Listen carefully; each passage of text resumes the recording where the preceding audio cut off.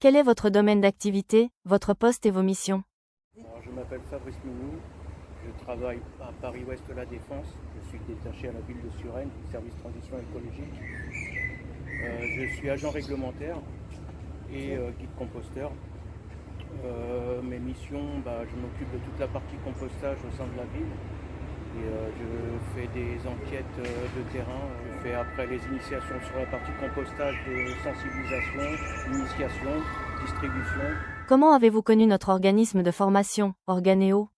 Par ma collègue qui avait fait la formation en tant que guide composteur et qui m'en avait parlé, qui n'avait pas été au bout, qui n'avait pas eu la certification et qui voulait le faire. Depuis, elle est partie. Elle était chargée de la prévention des déchets et gérait toute la partie tri des déchets et puis toute la partie compostage. Pourquoi avez-vous souhaité suivre notre formation guide composteur? À son départ, on m'a demandé si je pouvais la remplacer en attendant qu'il retrouve une autre personne et j'ai dit qu'il n'y avait pas de souci. Sauf que comme j'avais beaucoup de lacunes, j'avais aucune notion. Donc j'ai vu avec le CNFPT pour faire la formation. Quels sont les points forts de notre formation? Tout ce qui est l'initiation à la lutte contre le gaspillage alimentaire.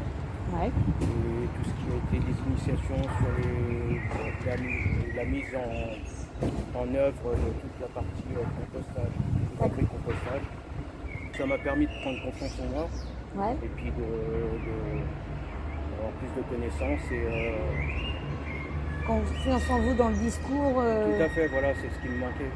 Ça n'a jamais été ma partie forte. D'apprendre, il y avait plein de choses que je ne connaissais pas.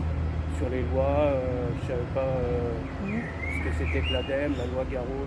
Comment la formation de guide composteur a-t-elle impacté vos activités professionnelles? Ça m'a permis de pouvoir faire des animations, faire de la sensibilisation, distribution de composteurs, lombriccomposteurs, et puis de faire toujours un suivi aussi, de suivre les personnes qui veulent un composteur ou un lombricomposteur, de les suivre à long terme. On tenait des stands, donc il y a eu un moment, là c'était au mois de février, on a fait une distribution de compost. En même temps, on a fait en même temps une initiation et puis sur le compostage, et distribution, compostage et lombricompostage. Avez-vous retiré des bénéfices suite à l'obtention de la certification professionnelle? C'est mon collègue Geoffroy Hautebourg qui s'occupe de toute la partie compostage et la sensibilisation au tri aux déchets. C'est lui qui m'a donné la carte blanche pour m'en occuper. Vous êtes monté un petit peu hiérarchiquement. Tout à fait, oui. Grâce à cette certification. Exactement. Vous avez eu une compétence en plus, donc votre poste a évolué. Voilà. Comment abordez-vous la mixité des choix entre le compostage de proximité et la collecte en pave sur votre territoire? Pour moi, c'est deux choses distinctes, mais qui sont complémentaires. En fait, à chaque fois qu'on fait des animations sur le compostage, on ne parle pas de la partie sensibilisation sur les biodéchets. Sinon, si on fait les deux en même temps, les gens ne comprendraient pas. En fait, mélange le tout. Donc, on fait animation et sensibilisation sur le compostage de proximité. Tout à fait. Est-ce qu'il y a des paves biodéchets?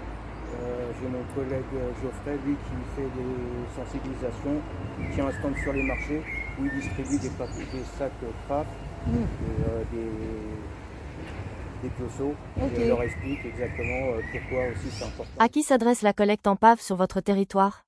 Les écoles, ça a été mis en place il y a plusieurs années, il y a 3 ans, donc ils sont collectés par une société extérieure.